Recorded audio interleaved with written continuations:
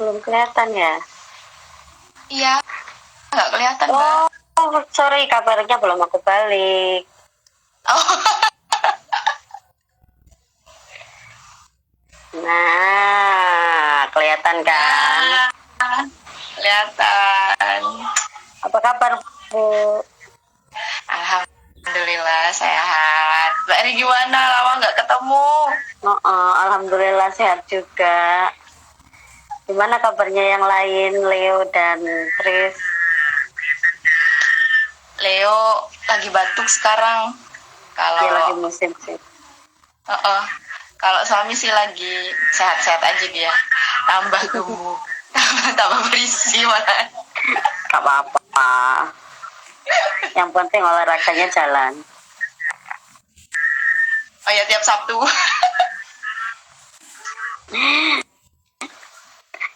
Gimana kabarnya udah ruang mulai ada. tunggu? Ruang tubuh baik-baik aja. Baru tumbuh juga sih. Ruang tubuh yang baru tumbuh. Terus ada ajakan live juga dari Mbak Eri. Wah, seneng banget gitu loh. Ya. Kebetulan emang ada divisi lingkungan, Mbak Eri. Jadi kenapa kemarin kok kemudian mau oke, kolaborasi bahas ekoenzim juga gitu kan. Sekarang kan lagi gencar-gencarnya pengelolaan sampah ya, peduli lingkungan gitu kan. Jadi kayaknya obrolan menarik juga gitu tentang ekoenzim, Mbak Eri. Iya. Aku juga Karena sering lihat kan di postingannya masalah lingkungan juga udah sangat serius ya. Jadi ya benar. Semua orang memang harus peduli gitu, gak harus pakai label aktivis lingkungan atau apa, tapi semua orang harus peduli. Loh, ini suaranya delay ya? Batuk ya, Nak? Ya. Iya.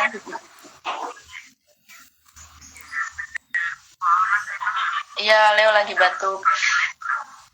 Oh, ini ada 5 orang yang menonton, tapi gak apa-apa, direkam dan nanti bisa dibagikan gitu di Instagramnya Ruang Tumbuh.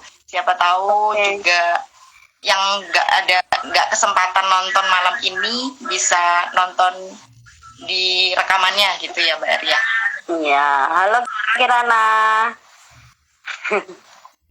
Ada yang bergabung. Delay ya? Halo. Halo Leo. Halo.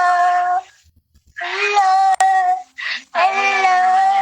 Halo. Ikut tampil di layar dong.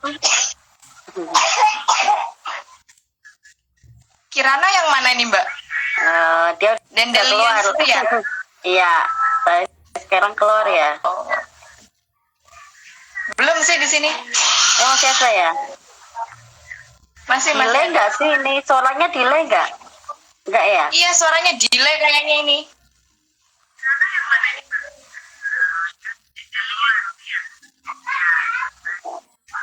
Suaranya delay emang ini.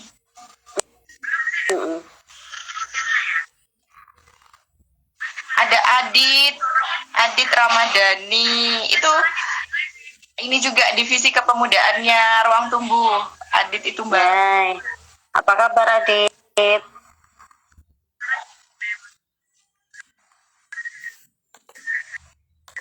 Oh, gile sih emang ini.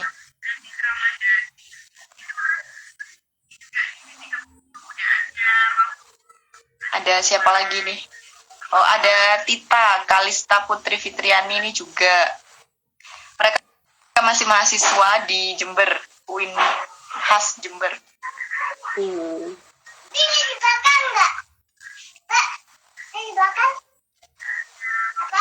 Nggak apa-apa. Oke, kita mulai aja kayaknya, Mbak Eri ya. Boleh. Iya. Aku perlu perkenalkan Mbak Eri dulu gak nih? Ayo, terserah kita aku saling ikuti kenal. alurnya aja. Oke, kita kenal tahun 2017 nggak sih ya, Mbak Eri?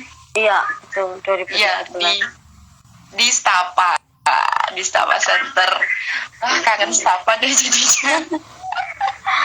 Iya, aku juga udah lama nggak pernah ke Sapa nih. Lama juga ya. Kapan-kapan mungkin ngajak kolaborasi Stapa juga ya Mbak Eri. Ya betul. Teman-teman Sapa ada beberapa proyek terkait dengan remaja. Itu ada di Rembang, terus untuk desa wisata di Bangil, di Pasuruan, bukan Bangil, di Pasuruan. Oh Pasuruan ya. Ada. Ya aku lihat Instagramnya juga sih Stapa. Iya. Lagi ada project gitu. Kemudian Mbak Eri juga guru PAUD. Terus foundernya Kala Mahardika. Aku tahu juga Kala Mahardika Mbak Eri banyak banget bukunya di rumahnya gitu kan. Iya, daripada Kemah Ceria. Betul. Ini mau ada lagi. Oh, ada lagi. Ya, ayo gabung nanti Desember. Iya. Oh, Desember ya? Kan kemarin waktu pandemi itu kan memang harus off ya, tak boleh kumpul-kumpul. Jadi tahun 2020 sampai 2023 ini nggak ada kemah sama sekali. Terakhir tahun 2019. Rencananya Desember besok kita mau launch lagi Kemah Ceria 2023 reunion. Nggak sih? Kayak reunion juga sih. Ya semoga pas waktunya. Lagi pas waktunya jadi bisa gabung. Kan bisa ajak Leo kan? Oh, bisa. Nanti ini jadi ngobrolin Kemah Ceria deh. Nanti aku bikin live juga deh soal Kemah Ceria itu gimana supaya banyak orang yang tahu ya.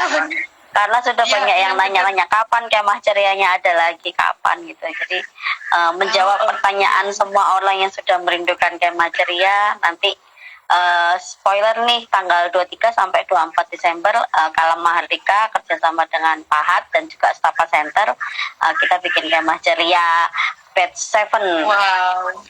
Wow, oke. Even gede berarti ini. Enggak juga sih, karena limited ya. Jadi masih kalau kemah kami batasi 20 sampai 30 orang aja. Oh, berarti harus pesan sip di awal. Gitu deh. Oke. Terus selain foundernya Kala Mahardika, Mbak Eri juga aku lihat gitu kan di postingan-postingan. Aku nggak dengar suaranya. Instagramnya Mbak Eri. Oke, dengar suaranya. Oke, udah. Tadi suaranya mengecil terus sekarang udah balik lagi. Oke. Aku juga lihat postingan-postingannya Mbak Eri di Instagram. Itu Mbak Eri rutin gitu loh bikin ekoenzim. Sebenarnya pengen nanya-nanya, tapi kayaknya kalau cuman lewat WA itu kayak nggak afdol banget gitu loh Mbak Eri. Iya. Itu pekerjaan aku juga selama pandemi. Iya. Apa ya ekoenzim ini? Jadi kemarin waktu Mbak Eri share story di WA tentang sharing Kamis itu ya dengan ekoenzim. Wah, aku komen story-nya Mbak Eri, terus Mbak Eri ngajak collab live IG, itu aku seneng banget bahas ekoenzim juga deh sekalian gitu. Nah, kira-kira nih Mbak Eri, aku tadi sedikit baca-baca gitu ya tentang ekoenzim. Coba jelasin dong Mbak Eri, ekoenzim menurut versinya Mbak Eri. Ekoenzim itu cairan multiguna ya. Jadi sebetulnya penemunya adalah Dr. Rosukon. Beliau juga dapat Nobel kalau nggak salah, tapi aku lupa tahunnya karena menemukan ekoenzim ini. Jadi ini adalah salah satu inovasi penyelamatan lingkungan dari Dr. Rosukon. Kemudian dia mengembangkan itu ke seluruh dunia. Jadi dia selalu nyampaikan bahwa ekoenzim itu harusnya bermanfaat untuk semua orang sehingga nggak boleh diperjualbelikan. Jadi ekoenzim itu adalah salah satu cara untuk pengelolaan sampah rumah tangga. Kita masak nggak kalau tiap hari?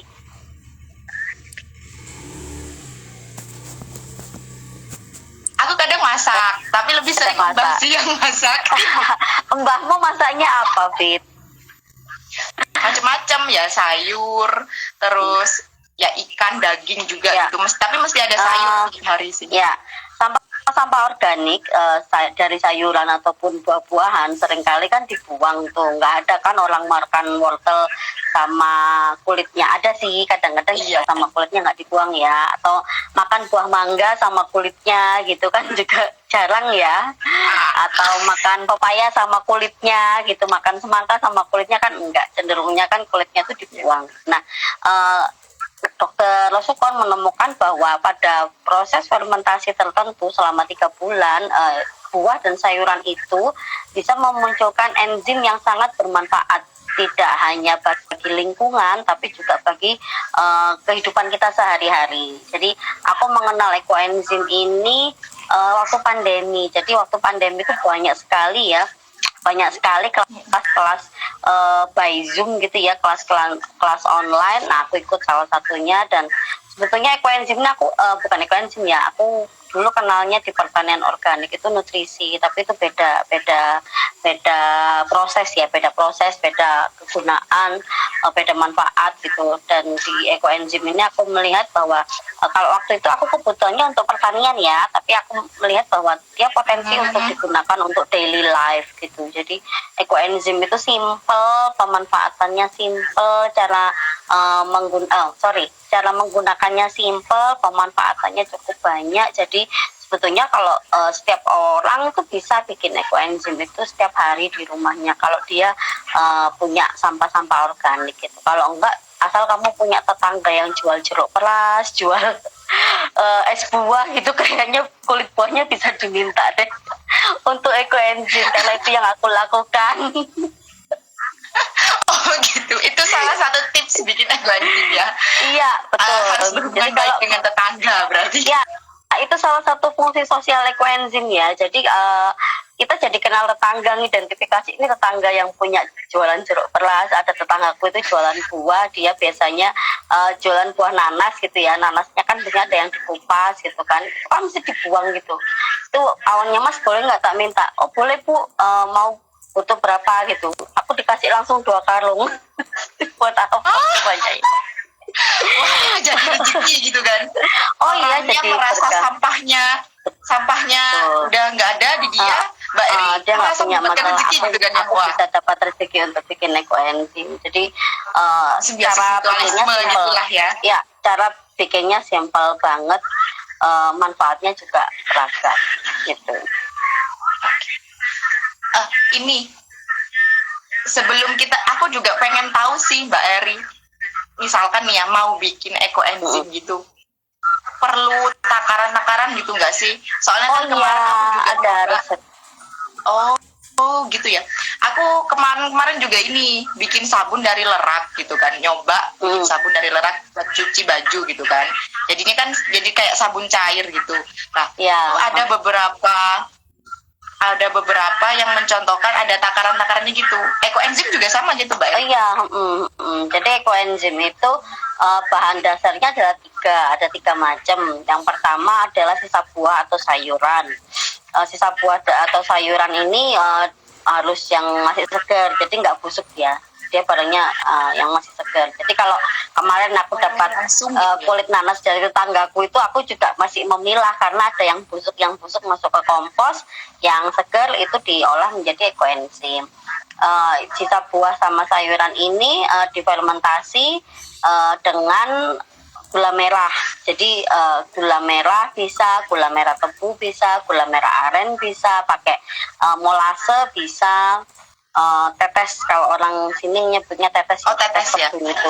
Itu molase dan juga air. Jadi komposisinya itu 3 gram sisa buah atau sayuran dipakai dimasukkan ke dalam 1 liter air dan ditambahkan 100 gram molase atau gula tebu atau gula merah apa aja deh, boleh, asal bukan gula pasir ya, karena gula pasir ada proses kimia yang itu tidak memunculkan enzim yang dibutuhkan gitu. Menghambat ya jika ya kalau gula pasir ya, Mbak Eri. Aku belum, dulu pernah ikut si pelatihannya tapi aku nggak mencatat ya, karena ada salah satu dokter gitu yang presentasi soal bagaimana kandungan kimianya, dan aku nggak begitu ngerti karena roaming. Jadi secara sederhana aja bahwa prosesnya jadi berubah kalau pakai gula pasir. Gitu. Oke. Terus itu apa cuma sayur dan buah aja Mbak Erik? Kan ada juga tuh sisa-sisa sampah daging, ikan kayak tulang ikan. Oh gitu. iya, itu masukkan ke kompos. Jadi ekoenzim itu hanya buah dan sayur. Jadi buah dan sayur yang belum dimasak ya. Jadi dia masih bahan organik mentah gitu. Jadi kalau misalnya habis masak sayur bayam terus nggak habis, itu nggak bisa dibikin ekoenzim. Bayamnya harus bayam yang segar, bukan bayam yang sudah dimasak. Atau makan es buah yang yang dimasak itu setup ya, disetup gitu ya misalnya. Oh iya. Kan setupnya nggak habis gitu, itu nggak bisa dipakai. Jadi harus buah yang segar dan sayuran yang segar. Jadi itu yang dipakai gitu. Oh oke. Memang harus yang segar ya. Oke, Ya. baik. Itu pun juga buah-buahnya juga bukan buah-buah. Ada beberapa buah misalnya buahnya nggak bergetah gitu ya. Jadi misalnya kayak pepaya yang masih bergetah gitu itu nggak bisa. Kenito itu juga nggak bisa. Jadi buahnya buah yang biasa-biasa aja gitu, dia nggak bergetah, terus nggak keras kayak durian gitu, nggak bisa dipakai untuk ekoenzim. Terus kulitnya manggis itu juga nggak bisa gitu karena dia keras ya, prosesnya keras dan itu akan lama sekali untuk memunculkan. Jadi dia juga nggak terlalu bermanfaat untuk dipakai untuk ekoenzim gitu. Oke. Berarti gini nih Mbak, kalau begitu kan itu semuanya ya, semua kumpulan sayur segar atau buah segar itu, terus ada gula merah tadi, terus kemudian air, itu disimpan dalam satu wadah, itu dalam kondisi tertutup atau terbuka Mbak? Tertutup rapat. Jadi proses pemunculan ekoenzim itu dengan sistem anaerob gitu. Jadi dia harus betul-betul tertutup rapat. Jadi kalau misalnya membikinnya itu di dalam toples, pastikan bahwa mengisinya itu hanya 50-60% dari volume wadah tersebut. Soalnya dia kan nanti dalam prosesnya selama 7 hari pertama itu akan banyak banget gas-gas yang muncul.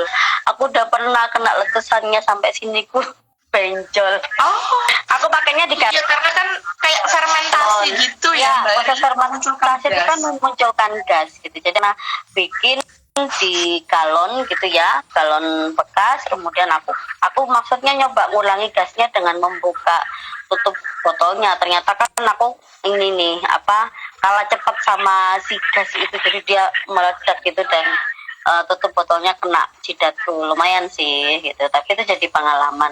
Jadi kalau membuat ekoenzim aku selalu sarankan pakai yang mulutnya besar, yang dia besar gitu, kayak ada toples gitu, toplesnya kerupuk atau toplesnya kue kacang. Biasanya kalau mau lebaran tuh kan banyak yang pakai kue kacang ya, toplesnya kan banyak tuh.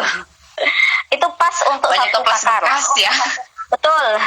Jadi kemarin waktu banyak parsel datang mengirim kue kacang, toplesnya aku pakai untuk membuat ekoenzim. Okay. Itu lebih mudah untuk ngatur gasnya. Jadi kalau buka gitu dia nggak lawan meledak. Beda dengan pakai galon atau pakai gelas air mineral itu ya. Pakai botol-botol air mineral itu lebih beresiko karena kan dia kan menyempit ya. Jadi gasnya akan menekan tutupnya, itu dia bisa meledak. Oke. Berarti diameter mulutnya, diameter mulut lebar wadah aja. Atau mulut wadahnya itu harus lebar gitu ya. Okay. Biar itu yang lebar. Antisipasi meledak. Oke. Nanti karena ini kayaknya kan butuh proses gitu ya Mbak Eri.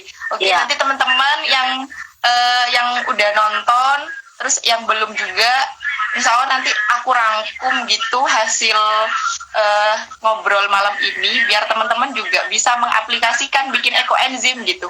Nah, ini gini nih, ekoenzim kalau orang yang mager nih Mbak Eri ya, kayaknya juga agak ribet juga ya bikin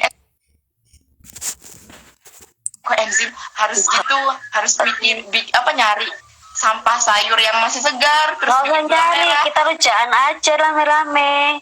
Rujaan aja. Jadi sebetulnya kan ekoenzim itu bagian dari upaya. Seringkali kan gini, upaya untuk mengelola ya bagaimana sampah lingkungan di keluarga kita. Seringkali kita kalau masak tuh ya, kulitnya dikupas, makan buah, makan sayur apa aja waktu proses penyiapan masakan, itu kulitnya itu dimasukkan ke dalam kresek, kemudian kreseknya dibuang di tempat sampah.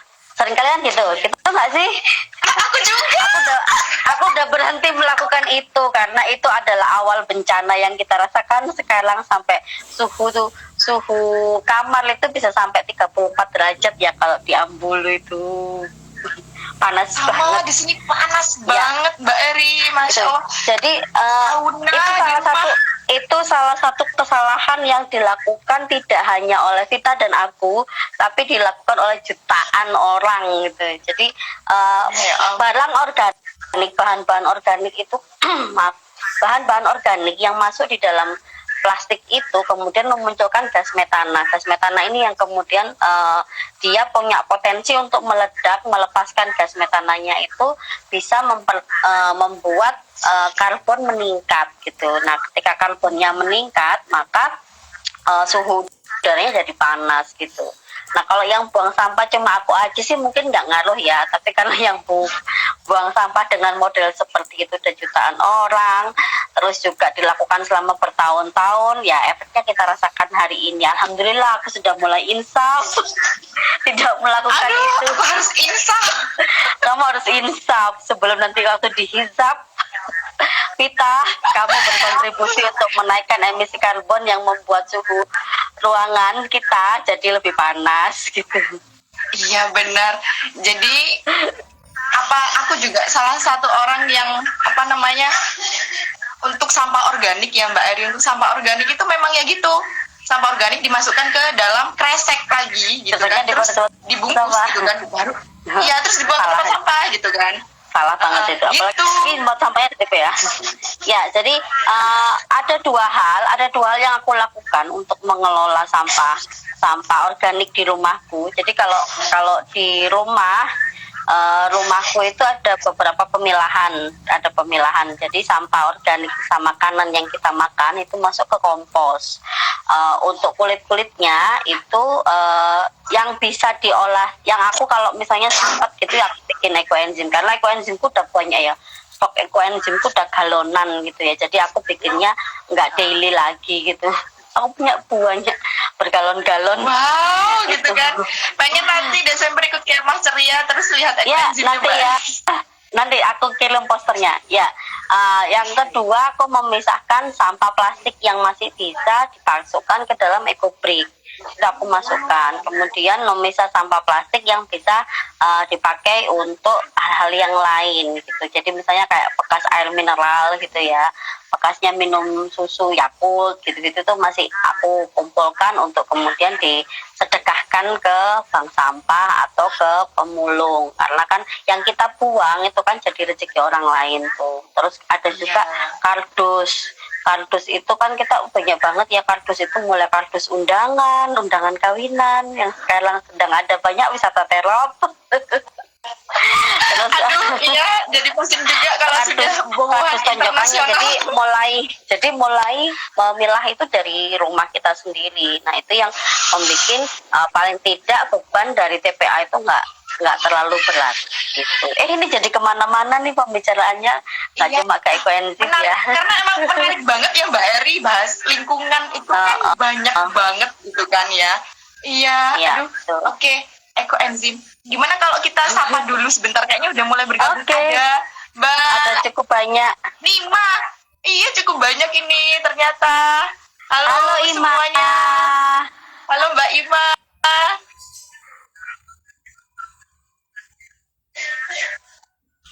Delay sih agak delay caranya kita Mbak.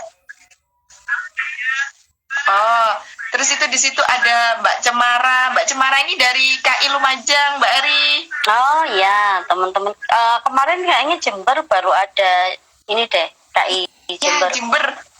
Jember baru selesai ngadain hari inspirasi Kemarin ya? minggu kemarin. Kemarin ya? Iya. Kemarin Iya, kayaknya Sabtu kemarin. Iya.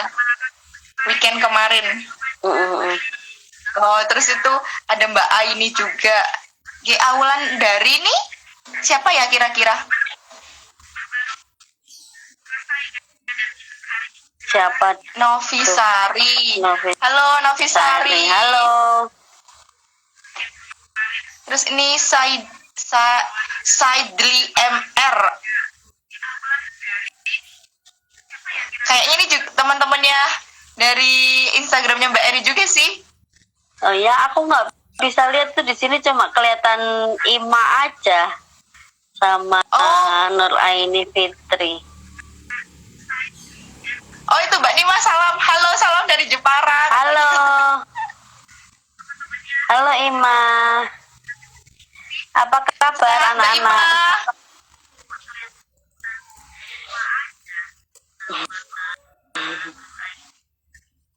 Ya, aku lanjutkan soal koenzim ya, Vita. Oke. Kalau tadi itu kan cara pembuatannya kan dari bahan-bahan yang sederhana. Nah, kita butuh dibantu oleh alam tuh untuk proses fermentasinya selama 3 bulan. Jadi tadi kalau udah bahan organiknya udah dicampur sama gula merah sama air, itu ditutup rapat, dipastikan harus benar-benar rapat supaya dia nggak terkontaminasi. Itu didiamkan selama minimal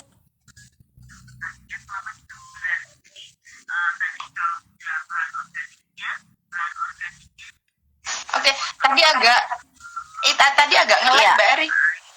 Iya, Ini berapa? minimal 3 bulan. Jadi minimal 3 bulan itu adalah masa yang dibutuhkan untuk enzim itu bisa sempurna gitu ya, bisa dimanfaatkan, kita bisa ambil manfaatnya untuk pertanian, untuk daily rutin gitu, itu 3 bulan gitu. Jadi setelah 3 bulan dia bisa dimanfaatkan lebih banyak lagi gitu. Kalau manfaatnya sih yang paling aku rasakan ada tamu ya. Manfaatnya sih yang paling aku rasakan itu untuk satu kebutuhan sehari-hari itu kayak P3K gitu ya. Jadi ekoenzim itu kalau misalnya ada luka gitu, dia bisa dicampurkan ke air, dia fungsinya kayak Revanol gitu. Jadi kayak antibakteria gitu untuk membersihkan luka, itu bisa. Itu terus kalau misalnya untuk yang lain dia bisa dicampur dengan air, bisa jadi air sprayer, jadi dia purify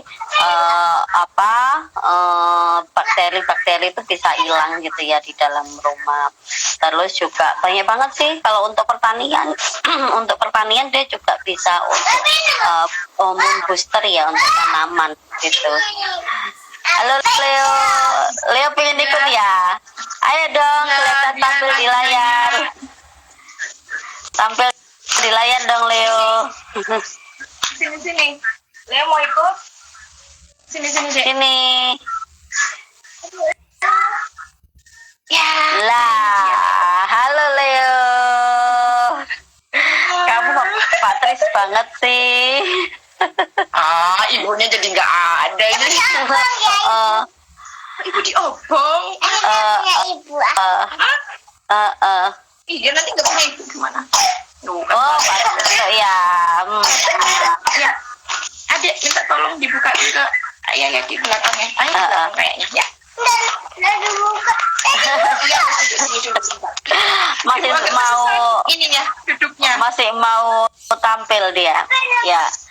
Nah, jadi kalau ekoenzim itu aku juga mencampurkan untuk hal-hal yang lain gitu. Jadi misalnya untuk mandi gitu, sabun mandi yang aku gunakan, aku di rumah pakai sabun sabun cair ya. Nah, sabun cair itu aku tambahkan ekoenzim untuk kalau di rumah itu kan gampang ya gatal-gatal gitu kan, sekarang udara itu juga nggak cukup bagus gitu. Jadi aku campurkan ekoenzim yang sudah ditambahkan dengan daun sirih dan daun mimba itu ke dalam sabun cair gitu. Terus untuk sampo juga begitu. Jadi sampo yang biasa kita beli gitu itu aku campurkan dengan ekoenzim yang sudah aku tambahkan dengan lidah buaya, kenanga gitu, beberapa bahan yang itu emang bagus untuk rambut. Aku masukkan ke samponya. Jadi memang, halo Ade Leo, sini dong. Kapan-kapan main lagi ke Ambulu ya? Iya, Farma ikut ke Manceria lagi. Nah, udah gitu. Iya, nanti ikut lagi ke Manceria. Jadi memang manfaatnya cukup banyak. Kalau yang untuk ini sih bisa untuk ngepel gitu juga bisa. Jadi bikinnya emang banyak-banyak gitu sih. Oh iya, kamu kalau ingat dulu aku punya kutil yang cukup besar di sini, ingat gak?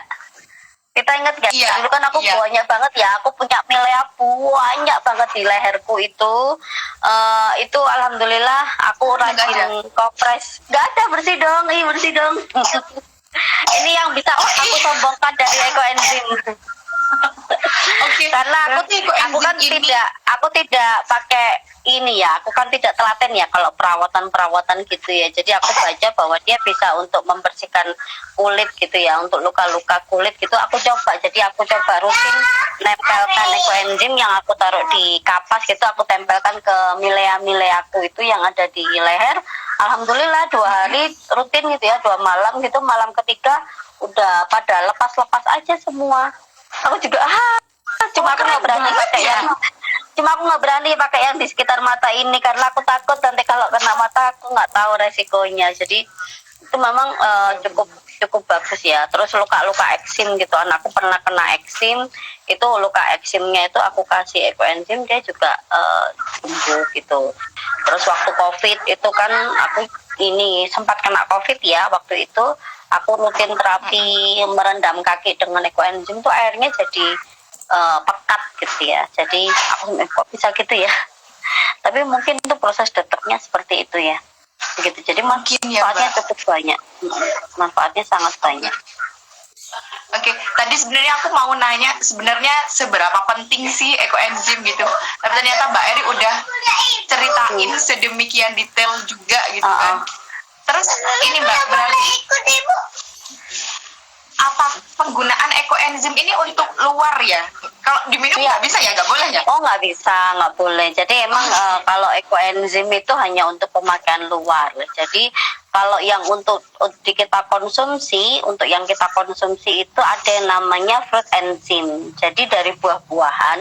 Kalau tadi yang untuk ekoenzim, bentar, ini laptopku. Ya, kalau ekoenzim itu kan kita pakainya air tuh sama gula merah atau tetes atau molase gitu. Nah, kalau fruit enzim itu kita pakai buah-buah yang segar, namanya juga fruit enzim itu dari buah-buah yang segar, kemudian airnya tetap air mateng atau air mineral yang bisa kita konsumsi. Kalau tadi ekoenzim kan air apa aja boleh ya. Terus kalau penggantinya tetes itu pakai madu murni. Jadi itu bisa kita konsumsi. Dan aku sih kalau bikin fruit enzim itu biasanya 1 tahun proses fermentasinya, karena dia semakin kaya gitu. Kalau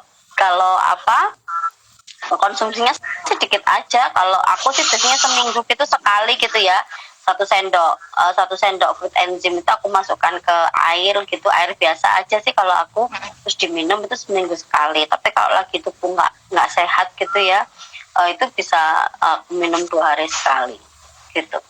Yang untuk yang dikonsumsi ya. Iya, itu kalau dikonsumsi. Ternyata ada sendiri gitu kan, kalau ekoenzim itu untuk luar badan gitu. Kalau fruit enzim ini baru boleh dikonsumsi gitu ya Mbak? Iya, betul. Tapi lama juga ya fermentasinya 1 tahun. Nggak kerasa sih. Iya. Nggak kerasa sih. Anu sih, apakah wine itu juga termasuk fruit enzim? Enggak dong, dia kan nganggur, dia mau mabukkan. Kalau ini kan enggak. Nggak tahu sih. Aku juga karena mungkin kan kita konsumsinya sedikit ya. Aku nggak tahu. Tapi kalau proses fermentasinya wine itu kan beda ya. Dia kayak di tempat yang tertutup gitu, Kak, di pendem gitu ya. Kalau yang nggak tahu sih kalau wine gimana. Tapi kalau aku sih ngelihatnya kalau buah itu apa rasanya sih ya rasa buah gitu bersih ya. Apalagi kalau diminum, aku biasanya kan satu sendok teh gitu, satu gelas gitu, itu udah hilang rasanya sih, cuma rasa rasa buahnya samar-samar gitu aja sih. Semakin banyak buah yang kita masukkan itu semakin bagus enzim yang muncul gitu. Jadi kalau waktu Maulid Nabi gitu kan banyak tuh yang ngasih buah ya dibikin dibikin fruit Terus enzim. diminumnya nanti pas Maulid Nabi lagi gitu ya Mbak. Betul. Iya. Panennya ya. Itu aku gitu tuh. Jadi kapan hari itu Maulid Nabi yang kemarin itu aku baru panen dari yang Maulid Nabi yang sebelumnya. Terus Idul Adha yang kemarin ini juga panen dari Idul Adha sebelumnya, karena waktu itu pas lagi banyak yang ngasih buah gitu kan, orang pada ngasih buah gitu. Jadi ya udah tak simpan. Dikit aja kalau misalnya lagi rujaan gitu ya, sisihkan aja. Rujaan itu paling nggak kan ada pepaya, ada timun, ada apel, jambu, bengkoang, nanas, sudah banyak kan gitu. Jadi 6 minimal, kalau aku sih minimal 5 ya. Jadi kalau 6 itu ya udah, itu bisa disisihkan seiris kan sama, itu 300 gram, kemudian 1 liter air mineral atau air mateng gitu, terus madunya 100 ml. Bikin gitu tuh udah banyak banget loh, kan kita butuhnya cuma 1 sendok ya, mengkonsumsinya kan cuma 1 sendok, itu banyak banget. Sendok, aku ya. Kemarin aja jadi kayak kemarin itu anakku yang di Salatiga itu, dia juga aku bawain itu. Jadi udah aku kasih madu yang dicampur dengan fruit enzim gitu. Oke. Gitu, Vin. Aku mau nanya lagi nih Mbak Eri. Ini kan apa namanya, bisa dibuat untuk keperluan misalkan bersih-bersih juga kan ya, ekoenzim. Berbau nggak sih ekoenzim ini Mbak Eri? Karena kan hasil Bau fermentasi fermentasi gitu kan. sih. Iya, bau fermentasi ya gitu itu ya. Baunya kan ada tergantung buah yang kita gunakan. Aku tidak memasukkan kubis, cangkol, apalagi gitu yang potensi berbau busuk gitu ya. Jadi kalau pingin bau yang segar ya pakai jeruk yang banyak gitu. Jadi kalau misalnya aku sampai dikenal gitu, kalau lagi kumpulan sama orang-orang PAUD atau kegiatan staff itu kan aku mesti misahkan gitu ya. Kami mulai mengorganize gitu ya sampah kegiatan kami, kulit kacang misalnya ya, ada makan, ada kacangnya gitu ya, udah kulit kacang dipisah gitu, terus air mineralnya dipisah gitu. Kalau misalnya ada makan buah gitu, aku minta dipisah gitu, yang kulitnya semangka kan mereka nggak makan sama kulitnya gitu, terus jeruk itu jadi aku pisahin. Jadi mereka jadi terbiasa kalau kegiatan dengan stafa memisahkan gitu. Nanti aku bawa pulang bikin ekoenzim, atau langsung kita pakai kan. Jadi ya udah, misalnya tuan rumahnya gitu langsung udah kita bikin di situ, itu buat dia, buat tuan rumahnya gitu. Jadi lebih bermanfaat ya. Jadi sampah kan itu sampah aja kan sebetulnya, tapi bermanfaat. Jadi berarti ekoenzim ini juga salah satu alternatif pengelolaan sampah, misalkan habis ada event gitu kan ya. Kan kadang sampahnya berserakan gitu kan. Jadi kalau misalnya ada acara-acara, ada Nima tanya ya. Ada yang nanya, apa ya, Mbak Ima nih, penasaran sama rasanya bagaimana Mbak kalau proses bikinnya 1 tahun. Yang fruit enzim nih pasti. Rasanya gimana Mbak Eri? Tadi aku bilang udah samar-samar gitu aja, kayak madu aja, karena kan cuma 1 sendok untuk 1 gelas ya. 1 sendok, jadi 1 sendok kan dalam 1 gelas air. 1 gelas air sekitar 250-300 mili lah begitu. Jadi cukup diminum gitu aja. Jadi rasanya sih campur air ya, kayak nggak diminum langsung sih. Kalau diminum langsung mungkin rasanya terlalu pekat ya. Nggak mabuk sih so far. Aku tadi cuma kepikiran aja gitu kan, wine kan juga hasil fermentasi dari anggur nih ya, tapi dia lebih dari setahun. Lebih dari setahun. Wine paling nggak 5 tahun. Kira-kira sama enggak gitu? Berarti beda ya Mbak Eri ya? Insya Allah beda. Aku nggak tahu aku.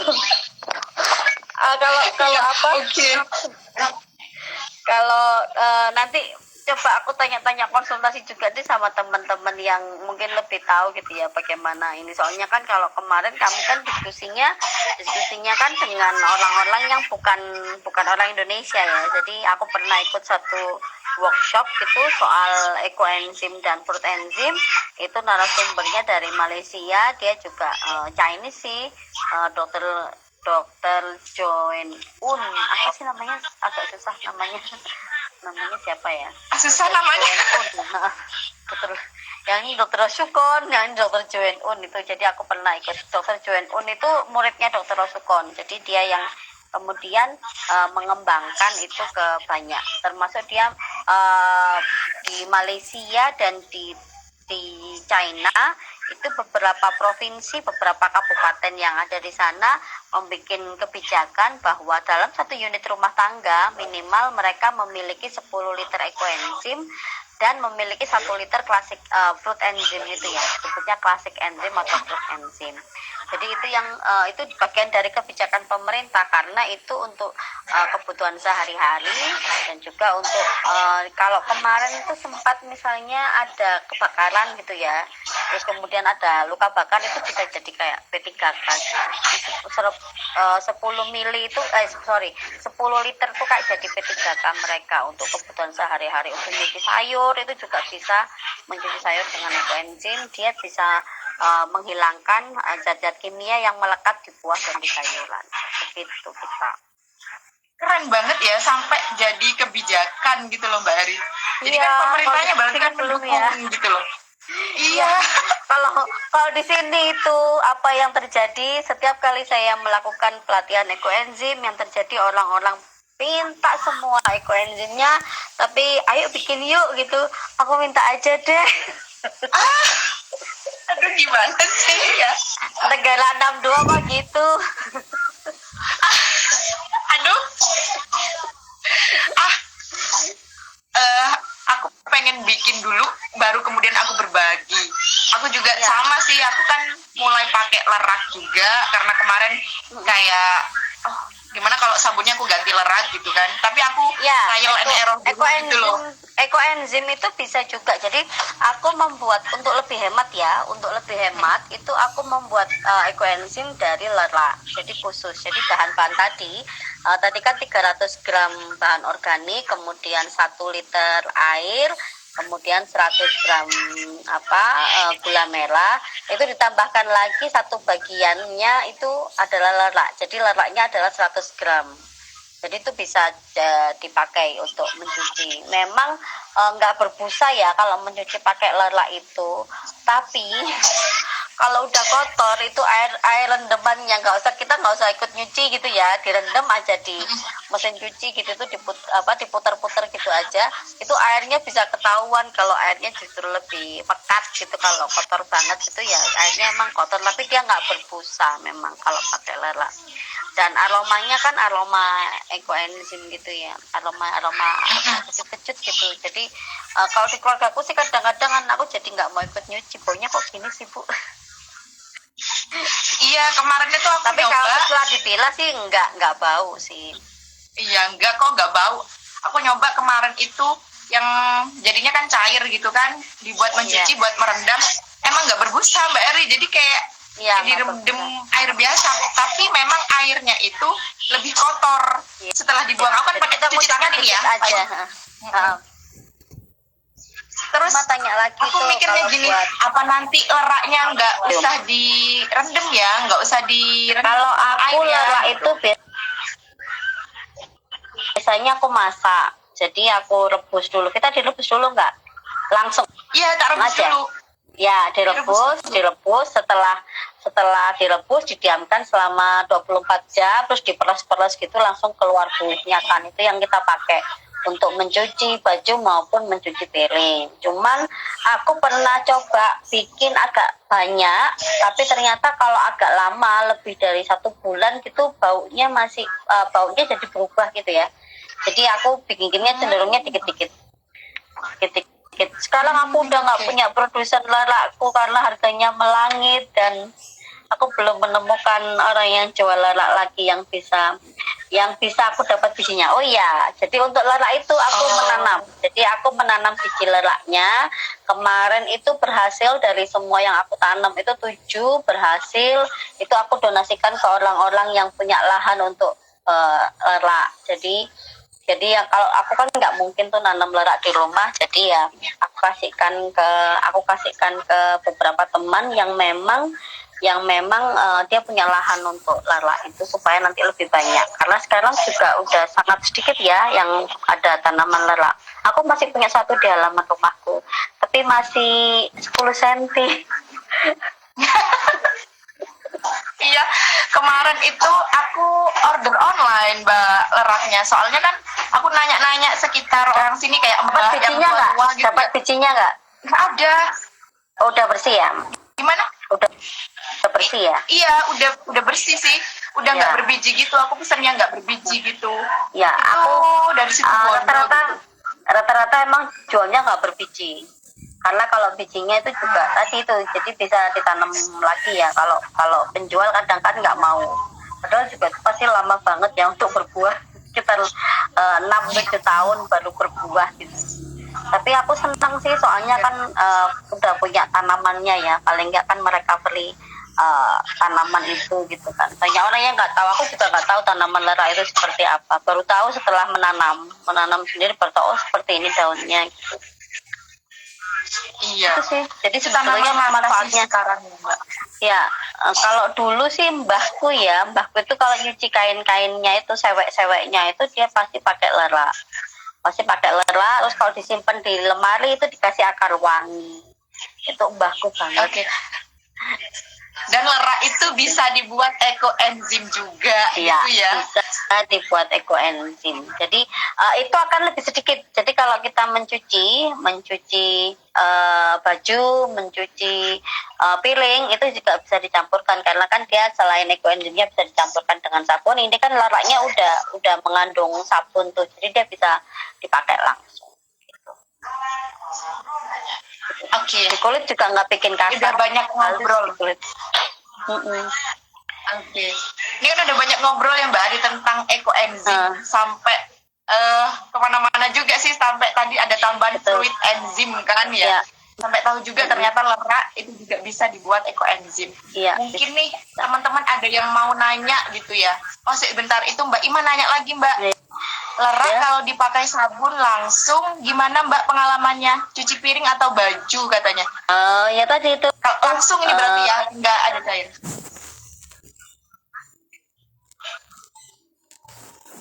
proses membuat lerak jadi sabun itu ya direbus karena dia kan keras banget ya kalau misalnya kita peres-peres gitu. Iya, Kalau mbahku dulu sih Iya. nggak direbus, cuma direndam aja selama 1 hari 1 malam gitu ya, terus ini kan. Tapi direbus itu lebih mengeluarkan sabunnya sih, direbus terus diamkan selama 24 jam. Kalau untuk cuci piring langsung cairannya itu bisa. Aku pakai komposisinya sih biasanya untuk 1 liter air itu sekitar 6 atau 7 itu cukup. Iya, ini lerak sih. Aku beli kemarin udah kayak gini loh Mbak bentuknya. Oh itu ada bijinya nggak? Nggak ada ya? Nggak ada bijinya? Ini kayaknya ini ada yang oh udah nggak ada ini. Udah nggak ada bijinya ini. Oh, kosong ya? Dalamnya tuh Oh, udah nggak ada. Udah nggak ada ya? Oh iya. Iya nggak ada, obong semua.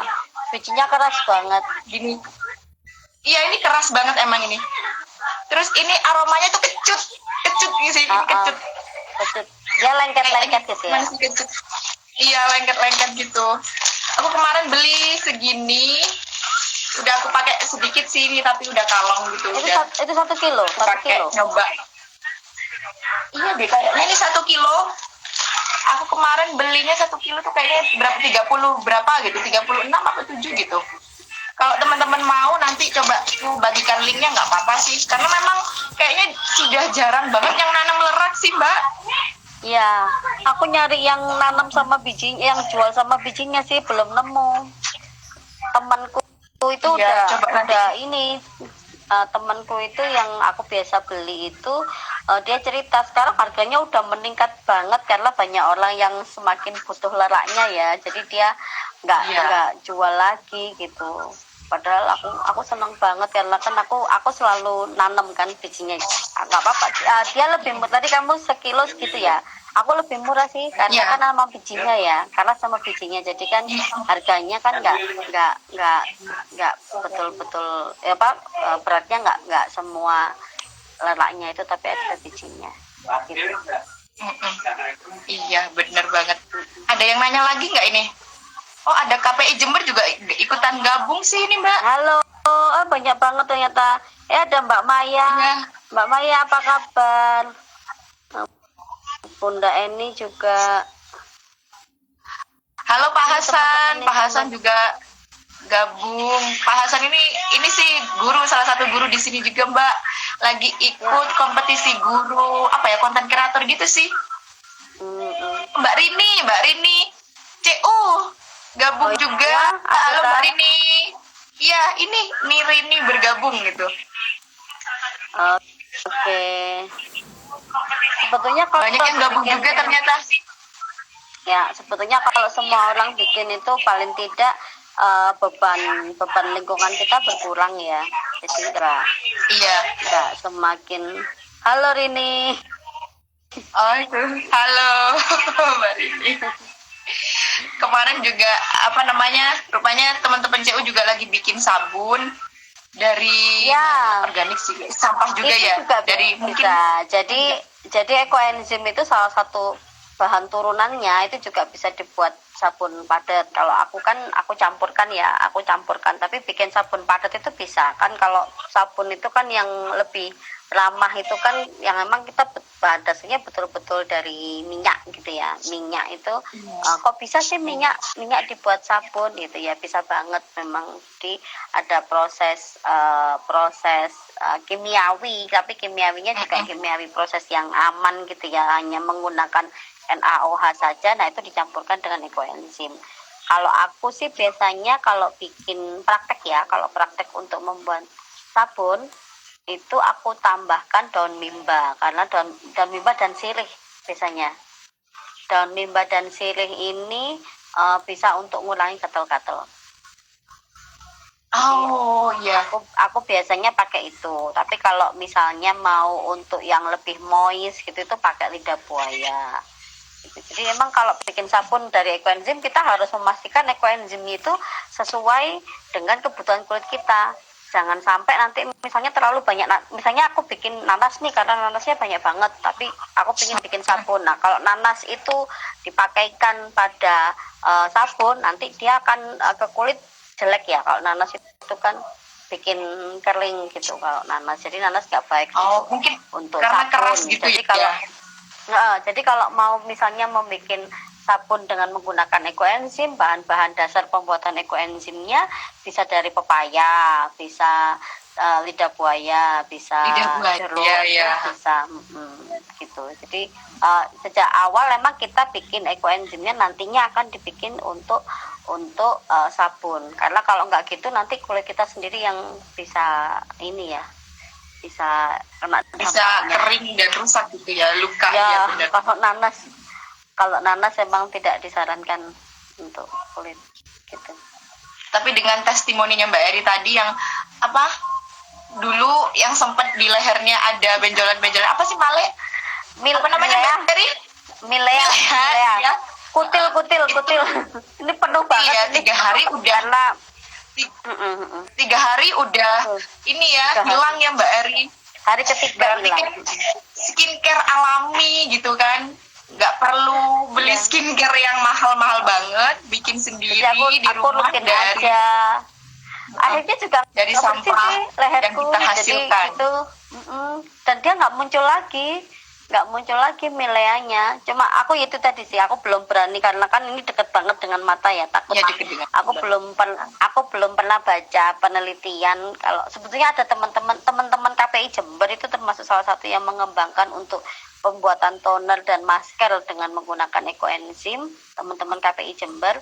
Cuman aku belum pernah lihat, belum pernah tahu gimana caranya sih. Soalnya kan deket banget ya, mungkin harus ditutupi gitu ya supaya dia nggak masuk ke kelopak mata gitu.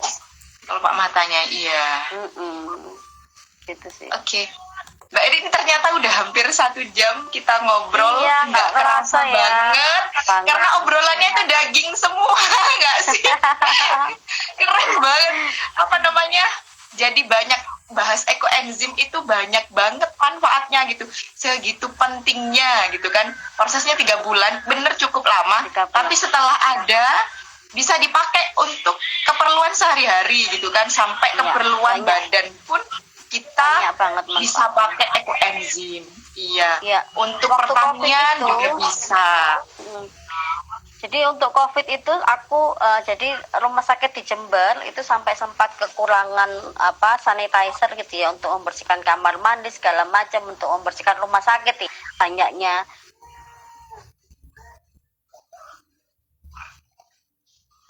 PMI waktu itu menggalang ekoenzim untuk rumah sakit gitu. Itu juga sampai gitu sih, sebegitu bermanfaatnya. Bahkan rumah sakit yang itu jelas-jelas medis ya, medical, yang mostly pakainya kimia gitu, karbol segala macam itu. Aku sempat waktu itu nyumbang ke rumah sakit yang dekat dengan rumahku itu 1 galon gitu. Nah waktu itu aku juga baru bikin sih, tapi kayak merasa it worth gitu loh, menunggu 3 bulan tapi bisa dimanfaatkan oleh banyak orang gitu. Bahkan TPA juga melakukan penyemprotan rutin dengan ekoenzim untuk mengurangi bau dari sampah itu. Oke. Mbak Eri, oke, thank you banget malam ini sudah. Terima kasih Vita sudah diundang Ruang Tumbuh. Semoga sukses Ruang Tumbuhnya. Nanti kita diskusi lagi. Amin. Amin. Mbak Eri, ada yang mau disampaikan lagi nggak? Akhir kalimat deh. Ya, bijaklah dengan sampahmu ya. Selama itu bisa dikelola, selama itu bisa dijadikan lebih bermanfaat, bijaklah dengan sampahmu. Jangan main buang aja ke TPA. Kita sudah merasakan bahwa suhu udara sudah sangat tinggi sekarang, jadi harus berbuat baik pada alam, berbuat baik pada diri kita sendiri. Gitu. Oke. Mbak Eri, terima kasih banyak teman-teman. Terima kasih dari Mbak Eri. Iya, bijaklah mengelola sampahmu. Itu pesan buat aku juga, kayak nohok juga sih ya. Iya. Tapi nggak apa-apa. Terima kasih banyak Mbak Eri. Teman-teman, tenang aja. Nanti aku bikinkan notulensinya hari ini, Ruang Ngobrol hari ini. Terus videonya juga akan insya Allah aku upload juga di IG-nya Ruang Tumbuh. Karena direkam ini, biar teman-teman yang ketinggalan nanti bisa muter di lain waktu gitu. Nanti aku share modulnya teman-teman ya. Aku nanti share modulnya ke kita deh, biar bisa buat belajar sama teman-teman ya. Wah, ada Bu Eka juga. Terima kasih Bu Eka. Terima kasih Bu Eka sudah bergabung, Masya Allah. Oke, terima kasih Mbak Eri. Salam ke keluarga Pak Jarwo, Api. Terima kasih semuanya. Ya. Terima kasih banyak teman-teman yang bergabung. Ya. Selamat malam. Pulang dulu ya. Yuk, assalamualaikum. Waalaikumsalam warahmatullahi wabarakatuh.